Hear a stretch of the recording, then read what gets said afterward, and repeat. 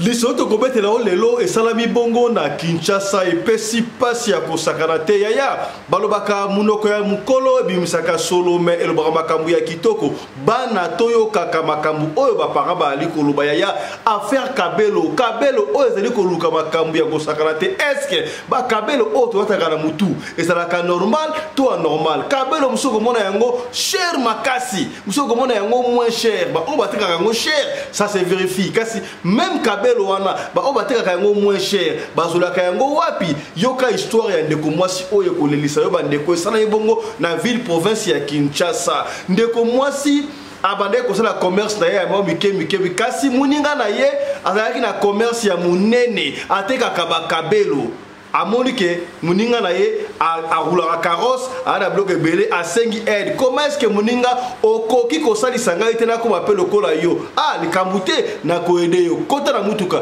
yaya muninga kotisi na mutuka na voiture RAV4 ba démarrer ba andi ko kende na mutuka ba se retrouver ba komi na mboka moko boye to ebite soki Chine soki wapi mais ba ke sika na ebite basolaki ndenge nini bapesi muninga na ye conteneur ya bakabelo conteneur wana bakota mutuko bazongi bakuti yango liboso lupango muninga na ye abandi koteka kasi avant banda commerce wana tangu atunaki ba parents na ye papa na mama papa esekete salaka ba commerce na mike wana nzamba kosunga mais ayoka kite alandi muninga alingia pafuka eloko ne komelaki sel oyo likolo ya kabelo bande batika kabelo boya obo wata kabelo bokota makamlo okita très grave awa yango lisolo tokosola lelo na biso na bino Martin Bakole a fait $100,000 oyebi Martin Bakole te azali boxer oyo ataki nungu asengaki ba pesaki $100,000 pour la préparer combat et bimisaki ba nungu aye kozonga lisusu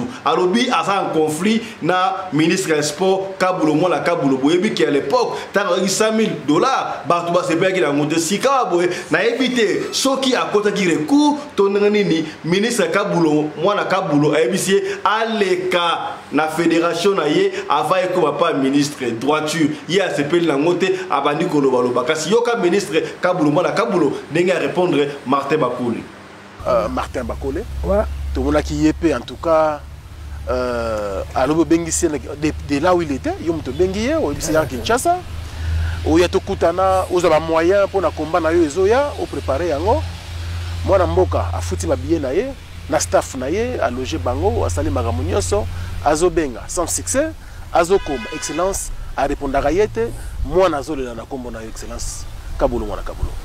Non, je crois que c'est un peu de la distraction. Hein. Tous organisés, tous allés dans la fédération, qui sont des organes techniques. Ce n'est pas un problème d'individu. Ceux qui ont individu au ligno ça quelque chose, il faut passer par la fédération. Oui. L'organe technique. C'est la fédération qui s'adresse aux ministres et les ministres examinent si on peut engager, on engage. Yaya maponone kosala mabongo le 20 décembre oyo kasi fuiti ebimi batu na plateau de télévision ba démontrer il paraît 8 millions de voix eza disparu ba bombi yango 8 millions de voix na seni ya bombi akobaktela ngo nani akobaktela ngo Fachi akobaktela ngo Moïse Katumbi akobaktela ngo Fayulu to akobaktela ngo docteur Mukwege on ne sait pas et pesi milinga ba vérité bandi kobima. Il y a plus de 8 millions de voix volatiles à la CENI. 8 millions de voix d'électeurs qui sont cachés par la CENI. On ne sait pas où est-ce qu'on va les mettre. Je donne la première à Télé 50 et j'en profite pour faire un clin d'œil à Jean-Marie Kassamba. Je prends le discours du président de la CENI, Denis Kadima. On peut zoomer ce discours ici. Lorsqu'il était avec les candidats présidents de la République. Vous prenez à la page 4, madame. Je peux le donner à qui il veut. Le Denis Kadima lui-même parle de 43 955 181 électeurs enrôlés. Ça, c'est Denis Kadima. C'est la CENI, ce n'est pas Dieudonné Mouchagalousa, ni personne de nous. Très bien.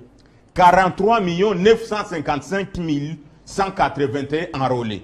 Vous prenez la page 6 du discours de Denis Kadima. Ses propres mots, sa propre écriture, sa propre signature, ses propres convictions, ses propres recherches.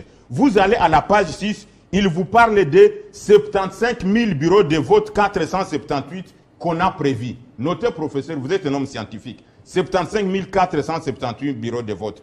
Il parle, selon les normes et les standards, 680 électeurs par bureau de vote. Notez, professeur, 680 électeurs par bureau de vote. Prenez 680 électeurs, multipliez par, et c'est du français, il n'a pas dit pour certains bureaux de vote, il a dit par bureau de vote. Vous êtes scientifique. Prenez 680 électeurs, multipliez par, les téléspectateurs nous suivent, prenez 680 électeurs, multipliez par 75 478 bureaux de vote, vous êtes autour de 51 millions 325 040 électeurs. Vous êtes autour, pas autour, chiffre exact parce que la question électorale tire la doctrine de la mathématique qui doit être exacte, chiffre à l'appui. 51 millions 325 040 électeurs. Quand vous prenez 51 millions, moins 43 millions reconnus par Denis Kadima, vous êtes dans la différence de 8 millions 106 000 électeurs. Vous êtes dans les 8 millions 106 000 électeurs. Que quelqu'un vienne me contredire ici. Makambuya Sony, tout ça, bon, la campagne électorale, tu sais, Mbala Oyo, diaspora paye, voter, Moka ba paye, diaspora voter, Afrique du Sud voter. Alors, il s'agit que campagne électorale est salama. Professeur Mbata, deuxième vice-président de l'Assemblée nationale, Ayaki Bongo campagne électorale na côte ya IDPS pour la supporter moi na Félix Antoine Tshisekedi Chilombo. Kasi na campagne wana Mbata sali awa na Afrique du Sud Joboure ba pesi $30,000 ya $30,000 et bimisi bongo bitumba pour la kaka campagne électorale IDPS et pesi Sonia kosakanate. Est-ce que makambu oyo ezali ya lukuta to ya solo pour la $30,000 ça me panzani mokilo bimba tala. Okanga ya pesa mbongo akende te. Apesa mbongo akende te. Ba vantire bele